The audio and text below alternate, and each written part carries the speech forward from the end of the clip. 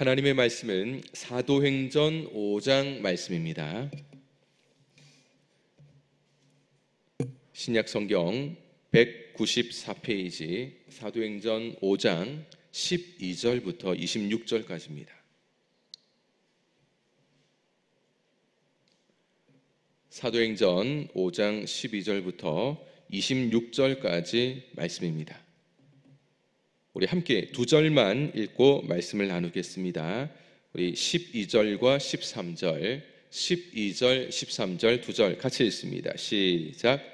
사도들의 손을 통하여 민간의 표적과 기사가 많이 일어나며 믿는 사람이 다 마음을 같이하여 솔로몬 행각에 모이고 그 나머지는 감히 그들과 상종하는 사람이 없으나 백성이 칭송하더라. 아멘.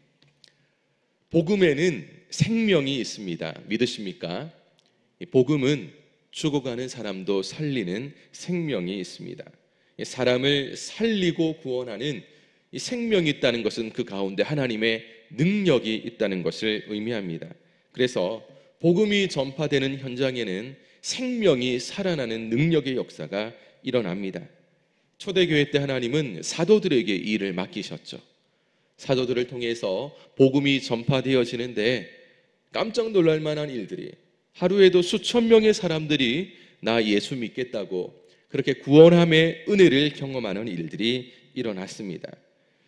이 사도들이 초기 이 초대교회 가운데 하나님의 역사의 일을 담당했다면 그 일은 끊어지지 않고 하나님은 택한 누군가를 통해서 계속해서 지금까지 복음 전파가 이어져 오게 했죠. 다름 아닌 하나님의 백성들을 통해서 하나님은 그 일을 계속해서 이어오셨습니다. 역사 가운데 초대교회 때와 같은 핍박이 없었던 때가 잘 없죠. 사실 요즘 같은 때도 종교의 자유가 있다 할지라도 이 핍박, 예수님을 믿는다는 이유로 받는 핍박들이 엄연하게 존재합니다. 그런데 하나님은 오늘 우리들에게도 이 놀라운 일들을 맡겨주셨습니다.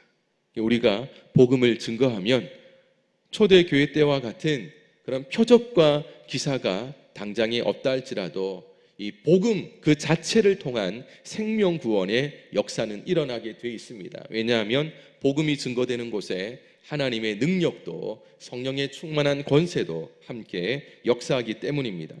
오늘 본문에서도 핍박 속에서도 붙잡히고 풀려나고 그런 여러 상황 속에서도 계속해서 복음 증거하는, 다시 말해서 예수님이 복음을 증거하라 명령하신 그 명령에 계속해서 순종하는 사도들의 모습을 우리는 본문을 통해서 만날 수가 있습니다. 바로 그 말씀을 통해 도전받는 시간 되기를 원합니다. 우리 함께 읽었던 12절과 13절을 한 번 더 읽겠습니다. 시작. 사도들의 손을 통하여 민간의 표적과 기사가 많이 일어나며 믿는 사람이 다 마음을 같이하여 솔로몬 행각에 모이고 그 나머지는 감히 그들과 상종하는 사람이 없으나 백성이 칭송하더라. 아멘. 하나님은 복음이 전파되는 그 현장 가운데 사도들의 손을 통해서 표적과 기사를 많이 행하셨습니다. 다름 아닌 더러운 귀신에 매여 살아가는 사람들, 그리고 이 좋지 않은 질병 가운데 고통당하는 사람들을 고쳐주셨습니다. 이 표적과 기사는 사도들의 손을 통해서 일어나긴 했지만 실제로는 하나님이 행하시는 권능이었죠. 하나님은 사도들을 기적의 도구로 사용하셨고 사도들은 그렇게 이 하나님이 행하시는 권능을 통해서 복음 전파의 일을 강력하게 사람들에게 보이며 전할 수가 있었습니다. 이런 일들이 계속해서 일어나는데 사실은 사도들이 이 엄청난 기적들을 일으키는 존재다라는 것이 보여지는 사람들 눈에는 비춰지거든요. 그래서 누군가는 사도들이 대단한 사람들이다라고 생각하면서 사도들을 띄워줄 수도 있었습니다. 사도들은 또 그런 모습들을 통해서 자칫 교만한 모습을 보일 수도 있었는데, 근데 이 초대교회 때 사도들의 모습을 보면 그런 모습은 전혀 보이지 않습니다. 늘 겸손하게 명령 가운데 순종하는 그들의 모습입니다. 그래서 개인적인 이 사심은 전혀 들어있지 않은 명령을 따라 그들이 감당해야 될 복음 증거에 책임과 사명을 다하는 그들의 모습입니다.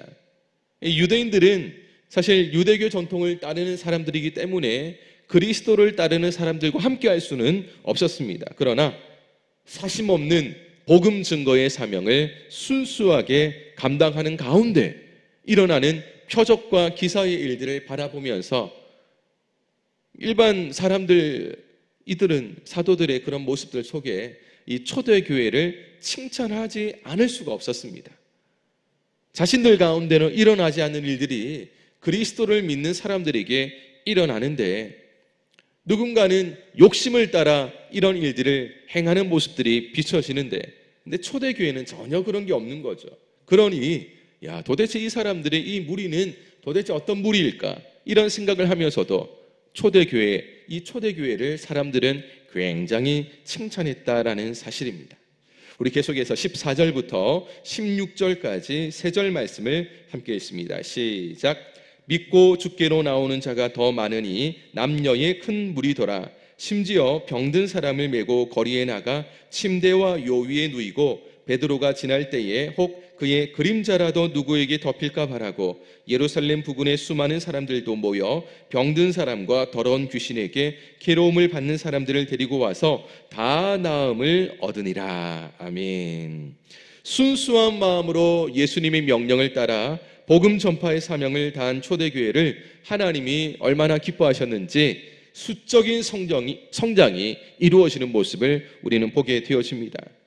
오늘 우리가 이 모습을 통해서 교회가 집중해야 될 게 무엇인가? 바로 예수 그리스도의 구원의 복음인 줄 믿습니다. 다른 것이 아닙니다. 다른 할 일이 가장 앞서는 것이 아니라 바로 생명 살리는 이 일, 바로 이것이 초대교회 때뿐만 아니라 지금 이 시대에도 예수 믿고 구원받는 사람들, 바로 이 귀한 일들을 하나님은 우리에게 원하시고 교회에 원한다는 것입니다. 이 초대교회는 그때 강력한 하나님의 권능이 함께 임하면서 많은 사람들, 남녀의 무리들이 하나님께로 돌아오는 구원의 역사가 일어났습니다. 그 일 가운데는 앞서 보여드린 이 말씀에서 증가하고 있는 표적과 기사가 아주 중요한 역할을 하죠. 사람들이 보지 못했던 이런 놀라운 역사가 일어나는 현장에 그것을 경험하고 그것을 눈으로 본 사람들, 이들이 예수님을 믿는 사람들이 생겨났다라는 것입니다. 그래서 오늘 방금 읽었던 말씀에 보니까 많은 병자들이 주변 가운데서 사도들에게 나오고요, 귀신 들린 사람들도 다 왔는데 중요한 것은 누구든지 나온 사람들마다 다 나음을 얻었다라고 성경은 기록을 합니다. 그러니까 하나님이 얼마나 많은 사람들을 이 표적과 기사를 통해서 일단은 그들에게 보여지는 이 일들을 통해서 하나님께 나오고 예수님을 믿을 수 있도록 역사를 했는가를 알 수가 있습니다. 얼마나 또 강력한 이적들이 일어나는지 사람들 중에는 베드로가 지나갈 때 지나가면서 생기는 그림자라도 그 누군가에게 비춰지면 나음을 받을 줄 생각하고 병자들을 사람들에게 메고 나올 정도로 이런 일들이 일어났다는 거죠. 실제로 그런 일들이 있지 않았겠습니까? 근데 우리가 생각해 볼 때 그림자가 비춰진다고 그게 능력이 되는 일이 되겠습니까? 중요한 것은 그렇게라도 하나님은 놀라운 일들을 그 사람들 가운데 강력하게 임하게 했다는 것은 얼마나 복음 전파의 때가 급하고 필요한 때였는가를 우리는 초대교회 때의 모습을 통해서 알 수가 있습니다. 이 초대교회, 이 교회가 시작되는 이때에 하나님께서 강력하게 이 은혜를 부어주심을 말미암아 하나님께서 얼마나 이 초대교회 때 많은 사람들을 구원하고자 하는 하나님의 놀라운 은혜가 임하는 역사, 은혜의 때인가를 우리는 특별한 하나님의 구원의 때임을 이 시대를 통해서 볼 수가 있습니다. 오늘날은 좀 상황이 다르죠. 이미 교회가 많은 곳에 거의 없는 곳이 없죠. 시골 가운데도 교회는 반드시 있고요. 물론 복음 전파가 우리나라에도 강력하게 임하다가 어느 순간부터 이 정체기와 또 믿는 사람들이 좀 줄고 있다는 그런 소식이 들리긴 하지만 중요한 것은 예전과는 비교할 수 없을 정도로 교회는 성숙해졌습니다. 그리고 이미 초대교회 때 없었던 하나님의 특별 계시 신구약 성경이 우리에게 주어져 있습니다. 이것은 무슨 말입니까? 이 신구약 성경이 없던 때는 하나님께서 이런 표적과 기사와 복음 증거를 통해서 많은 사람들이 주께로 돌아오겠지만, 오늘 이 시대는 바로 이 성경 말씀을 통해서 하나님이 누구인가를 우리는 알 수가 있습니다.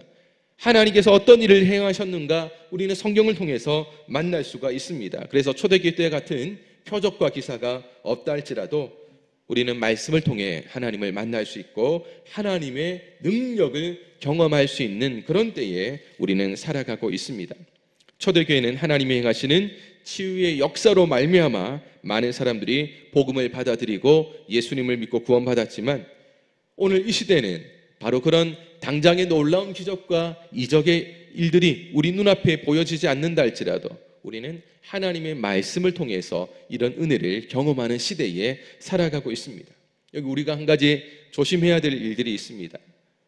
누군가가 만약 이런 이적, 치유의 능력을 행한다고 할 때 사람들은 처음 이런 일들을 보면 야, 저 사람 대단한 능력자이구나, 사람들을 마치 하나님처럼 보는 잘못을 일으킬 수 있다는 겁니다. 가장 어리석은 일이죠. 모든 치유와 기적은 사람을 통해서 하나님이 사람을 도구로 쓰긴 하지만 그 모든 일들은 기본적으로 하나님이 행하시는 은혜와 능력임을 믿습니다. 그래서 항상 우리가 하나님의 은혜와 능력을 경험하고 난 뒤에 꼭 우리가 고백해야 되는 것은 하나님께 영광을 올려드리는 것이죠. 이걸 잊어버리면 사람이 우상이 될 수도 있다는 것입니다. 물론 오늘 이 시대에 우리가 이것을 잘 알고 있기 때문에 우리는 그래도 하나님 앞에서 항상 감사하며 살아가고 있지만, 초대교회 때는 이것을 잘 모르는 사람들이 많았겠죠. 그래서 보여지는 사도가 마치 신처럼 느껴질 수도 있었을 겁니다. 근데 사도들은 한사코 그런 모습을 보이기보다는 겸손하게 복음 증거의 사명을 다하면서 하나님의 영광을 드러내었던 사람임을 알 수가 있습니다. 17절과 18절 두 절 같이 읽습니다. 시작. 대제사장과 그와 함께 있는 사람 즉 사두개인의 당파가 다 마음의 시기가 가득하여 일어나서 사도들을 잡아다가 옥에 가두었더니, 대제사장과 사두개인들이 하나님의 역사가 눈에 보이도록 막 일어나는데, 그럼에도 불구하고 사람들은 예수 믿겠다고 하나님께로 돌아오는데 이들은, 종교 지도자들은 보면서도 복음을 받아들이지 않았습니다. 여러분, 복음을 받아들이지 않은 이유 중에 가장 큰 문제는 이들이 교만했기 때문이죠. 내가 나다 이겁니다. 다시 말해서 당장 보통 사람들보다 나는 좀 특별한 위치 가운데 있는 사람이다라는 것이죠. 종교 지도자로 말미암아, 정치적인 지도자로 말미암아 사람들에게 이미 존경을 받던 사람들이기 때문에 자기들은 이런 모습들 속에서 사람들이 계속해서 자기를 높여주기를 원했다는 거죠.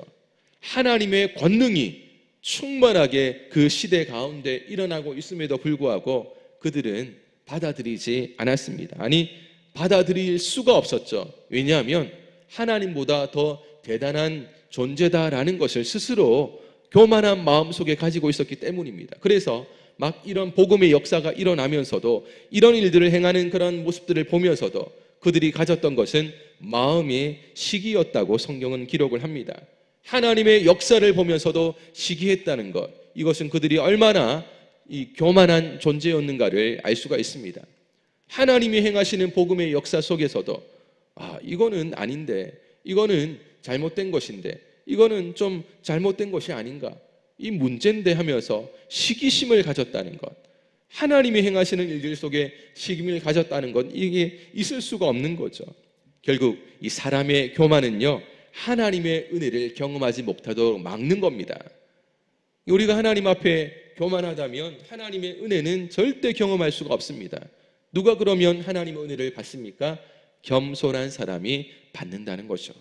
하나님 앞에 늘 겸손함으로 나아간다면 하나님은 우리를 긍휼히 여기셔서 하나님이 주실 수 있는 가장 귀한 은혜들을 우리에게 부어줍니다. 그런데 이 종교 지도자들은 그것을 거부한 사람들입니다. 교만했기 때문입니다. 그래서 교만하면 하나님의 역사까지도 회방을 받는데요, 이들이 어떻게 회방을 합니까? 복음을 증거하는 사도들을 옥에 가두는 바로 그 일, 이 진리가 전파되는 일을 막아버리는, 바로 회방하는 일을, 잘못된 일을 저질렀습니다. 하나님의 진리를 지키고 더 많은 사람들에게 알려야 될 종교 지도자가 이제 진리의 최고 대적자가 되는 안타까운 모습을 볼 수가 있습니다. 우리는 이런 모습을 절대 가지면 안 되겠죠. 그래서 늘 하나님 말씀 앞에 부드럽고 겸손한 모습이 필요한 이유입니다. 하나님의 은혜는 마음이 겸손한 자에게 임한다는 것을 꼭 기억하시고 날마다 겸손의 모습으로 하나님께 나아가시길 바랍니다. 계속해서 19절과 20절 두 절을 읽습니다. 시작.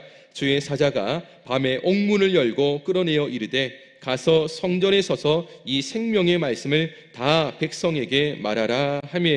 아멘. 하나님은 하나님의 교회를 친히 지킵니다. 하나님은 하나님의 백성을 친히 지키고 보호하십니다. 오늘도 이 말씀에 보니까 이 진리를 복음을 전하다가 감옥에 갇힌 사도들을 하나님께서 천사를 보내어서 감옥에서 나오게 하죠. 이때 천사들은 빨리 도망가라 말하지 않습니다. 오히려 복음을 증거하라, 성전에 가서 생명의 말씀 복음을 사람들에게 전하라 명령을 합니다. 핍박을 받는다 할지라도 복음을 전하라라는 것은 그 시대에 얼마나 복음 증거가 시급한 때였는가를 알 수가 있죠. 하나님이 얼마나 생명 구원의 일을 급하게 일하고 있었는지를 우리는 알 수가 있습니다. 무엇보다 복음을 증거하는 이 현장 가운데는 한 사람의 영혼이 살아나는 생명 구원의 역사가 있기 때문에 하나님께서 갇혔다가 다시 풀려난 이 사도들에게 바로 성전에 가서 복음을 전하라고 외치신 거죠. 이때 계속 증거되는 이 말씀 속에 어떤 일들이 일어나는가 보겠습니다. 21절부터 23절까지 세 절을 같이 읽습니다. 시작. 그들이 듣고 새벽에 성전에 들어가서 가르치더니 대제사장과 그와 함께 있는 사람들이 와서 공회와 이스라엘 족속의 원로들을 다 모으고 사람을 옥에 보내어 사도들을 잡아오라 하니 부하들이 가서 옥에서 사도들을 보지 못하고 돌아와 이르되 우리가 보니 옥은 든든하게 잠기고 지키는 사람들이 문에 서 있을 때 문을 열고 본즉 그 안에는 한 사람도 없더이다 하니. 아멘. 감옥에서 천사로부터 나음을 받은 사도들이 여러분 도망가지 않습니다. 또 붙잡힐까 걱정하지 않습니다. 오히려 새벽이었지만 성전에 가서 명령대로 복음 전하는 모습을 볼 수가 있습니다. 여러분 이것은요 그 시대 초대교회 사도들이 얼마나 성령에 충만한 사람이었는지를 알 수가 있습니다. 사람들은 어려움을 당하면 어려운 문제들이 눈에 보이기 마련입니다. 감옥에 한번 갇힐 때 두려움이 임할 수도 있는 것이고 풀려나면 빨리 또 도망가야겠다라는 인간적인 생각이 들 수도 있습니다. 그러나 천사가 말한 그대로 복음을 증거하는데 날이 밝으면 갈 수도 있는 문제 아니겠습니까? 근데 지금 새벽녘이지만 명령에 순종하면서 복음을 증거하는 그들의 모습 속에서 성령의 충만한 모습 가운데 이 성령에 충만한 사람은 오직 복음에 순종하는 사람입니다. 이 사도들이 얼마나 복음 가운데 성령 충만한 존재였는가를 알 수가 있습니다. 한편 그 시간 대제사장과 이 종교 지도자들 그 무리들이 감옥에 있는 이 사도들을 공회로 데리고 오라고 명령을 합니다. 근데 감옥에 가고 보니 있습니까? 없습니까? 없죠. 깜짝 놀라가지고 그들이 지키는 사람들까지 다 있었지만 이 사도들은 감옥에 보이지 않았다고 그대로 보고를 합니다. 이제 마지막 24절부터 26절까지 말씀을 보겠습니다. 시작. 성전 맡은 자와 제사장들이 이 말을 듣고 의혹하여 이 일이 어찌 될까 하더니 사람이 와서 알리되 보소서 옥에 가두었던 사람들이 성전에 서서 백성을 가르치더이다 하니 성전 맡은 자가 부하들과 같이 가서 그들을 잡아왔으나 강제로 못함은 백성들이 돌로 칠까 두려워함이더라. 아멘. 대제사장과 사내들인 공회는 감옥에 갇혀있던 사도들에게 일어난 이 놀라운 이 장면들을 보면서 야 이게 어떻게 된 일일까? 하나님이 행하신 일일 수도 있겠다라고 생각까지는 했어야 됩니다. 근데 그런 생각도 전혀 못했습니다. 하나님의 권능이 아니라면 옥문을 지키는 그런 사람들이 존재함에도 불구하고 어떻게 사도들이 나간 것을 알지 못하고 사도들이 나갔다면 이게 보고까지 돼야 되는데 보고하지 않은 채 그냥 지키는 사람들이 앞에 서 있었다는 것은 또 얼마나 은밀한 가운데 하나님의 구원의 역사가 일어났는가를 알 수가 있는 거죠. 그리고 사람들이 또 와가지고 보고를 하지 않습니까? 이 사도들이 감옥에 있지 않고 성전에서 사람들에게 복음을 전하고 가르친다라는 이 소식. 여러분, 이 일을 듣고 나서 확실하게 영적으로 끼어 있는 종교 지도자들이라면 하나님의 일이다, 하나님이 복음을 증거하라고 사도들을 풀어주었구나라는 것을 깨달아야 했습니다. 그런데 영적으로 깨어 있지 못했기 때문에, 영적으로 이 종교 지도자들이 그 당시에 우둔했기 때문에 결국은 이 사실을 깨닫지 못하고 하나님의 역사를 인정하지 못하고 오히려 복음 전하는 사도들을 다시 잡아온 그런 잘못을 범하는 것을 우리는 보고 있습니다. 하나님의 역사는 하나님의 역사 그대로 우리는 인정하고 고백할 때 우리도 하나님의 은혜를 누릴 수가 있습니다. 그러나 종교 지도자들 전혀 누리지 못하고 있죠. 오히려 복음이 증거되는 것을 자꾸만 가로막는 잘못된 모습들을 보게 되어집니다. 그러니까 하나님 앞에서 깨어 있지 못하면 바로 이런 모습들을 우리는 경험할 수밖에 없다는 겁니다. 복음의 역사도 하나님의 역사도 인정하지 못하고 경험할 수 없는 안타까운 모습이 일어날 수밖에 없다는 것입니다. 말씀을 맺도록 하겠습니다. 복음 증거가 일어나는 곳에는요, 두 가지 모습이 드러나게 되어 있습니다. 하나는 생명 구원의 역사가 반드시 일어납니다. 하나님이 일하시기 때문입니다. 이 복음을 증거하는 곳에는 하나님이 생명을 살리는 역사가 일어나기 때문에 우리는 포기할 수 없는 것이죠. 핍박이 아무리 있다 할지라도, 어떤 어려움이 있다 할지라도 복음 증거가 계속되어져야 될 이유는 생명 구원의 역사가 일어나기 때문입니다. 또 하나의 복음 증거가 일어나는 곳에는 방금 말씀드린 핍박이 일어나게 되어 있습니다. 복음이 증거되면 생명의 역사도 일어나지만 이게 일어나지 못하도록 방해하는 어둠의 권세가 일으키는 핍박도 일어납니다. 이 사도들의 모습을 보십시오. 복음을 증거하는데 이게 절대 누군가에게 해를 끼치는 일이 아니었지만 종교 지도자들은 핍박을 했죠. 그리고 다시 가두었다가 하나님이 풀어놓으셨는데도, 그래서 생명 복음의 역사를 일으키고 있는 현장 가운데서 또다시 그들을 잡아 가두면서 핍박하는 그런 일들이 같이 일어나는 모습을 보게 되어집니다. 우리가 이 사실을 알면 우리가 예수님을 믿는 바로 그 일 가운데도 하나는 하나님의 은혜를 경험하는 놀라운 일들을 경험하고요, 하나는 또 이런 우리가 원하지 않는 핍박과 어려운 일들도 일어난다는 것입니다. 항상 우리가 이 사실을 기억한다면 내가 예수님을 믿는데 왜 어려움이 올까? 이게 전혀 이상한 게 아니죠. 오히려 하나님의 은혜를 경험하는 곳에는 이런 하나님의 은혜를 경험하지 못하게 만드는 방해의 일도 함께 따른다는 것을 우리가 각오하고 믿음 안에서 살아가야 됩니다. 그래서 복음을 특별히 증거할 때 핍박이 있는 것을 이상하게 여기거나 핍박이 있을 때 이걸 반발할 이유가 전혀 없습니다. 오히려 당연하게 하나님의 복음의 역사가 일어난 곳에 이것을 방해하는 무리가 반드시 있을 수밖에 없다는 것을 우리가 생각하고, 그럼에도 불구하고 우리가 해야 될 것은 담대하게 복음을 증거해야 된다는 사실입니다.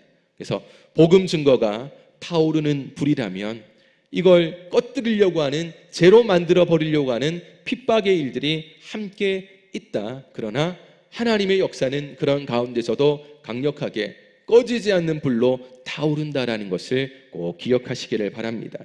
무엇보다 하나님의 역사에, 하나님의 놀라운 은혜의 역사에 방해하는 무리들 중에 가장 눈에 띄는 존재들이 누구였습니까? 그 당시 백성들에게 하나님을 증거해야 될, 복음을 증거해야 될 종교 지도자들이 가장 복음 역사에 방해되는 일들을 했다는 것, 이것은 그들이 깨어있지 못했기 때문에 생긴 일이었습니다. 오늘 시대 우리가 믿음의 은혜 그리고 복음 증거의 은혜를 경험하면서도 항상 우리가 기억해야 될 것은 깨어있는 존재가 되어야 된다는 것. 하나님 앞에서 깨어있는다는 것은 다름 아닌 하나님의 말씀 가운데 늘 살아가며 하나님 앞에 소통할 수 있는 기도의 시간들을 우리가 가지면 문제가 없습니다. 그러면 우리는 깨어있어 순간순간 하나님을 의지할 수가 있습니다. 그러나 그 당시 종교 지도자들은 그게 아니었죠, 그죠?